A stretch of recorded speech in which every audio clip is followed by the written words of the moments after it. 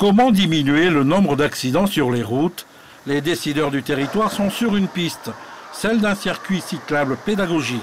On peut passer par là, c'est une des intersections possibles. Plusieurs circuits seront mis en place dans le complexe de Kafika, comme celui-ci, qui passera dans le gymnase et qui comportera toutes les règles à respecter figurant dans le code de la route. Une piste à deux voies, avec des ronds-points et des panneaux qu'il faudra reconnaître. C'est la gendarmerie qui s'occupe de la mise en place du tracé, enfin de la partie réglementaire du tracé, que nous, effectivement, on peindra au sol, qui sera permanente sur la partie bétonnée et qui prendra en compte l'ensemble de la réglementation du code de la route. Pour les scolaires, pour les primaires en tout cas, c'est de la prévention. Donc c'est plutôt intéressant qu'ils aient une découverte en tout cas du code de la route.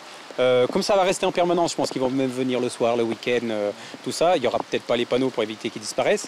Mais en tout cas, ça peut être très intéressant pour les enfants. Et au contraire, conduire à droite et sans croiser sur les lignes continues, ça peut être intéressant, un vrai jeu, quoi.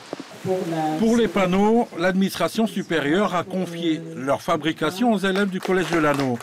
Du passage piéton au sens interdit, les terminales CAP ont dû réviser en même temps leur code de la route. Ici, vous avez un support. Le support des panneaux, c'est du PVC, du polychlorure de vinyle, mais de la marque Comacel. On a d'abord identifié le panneau.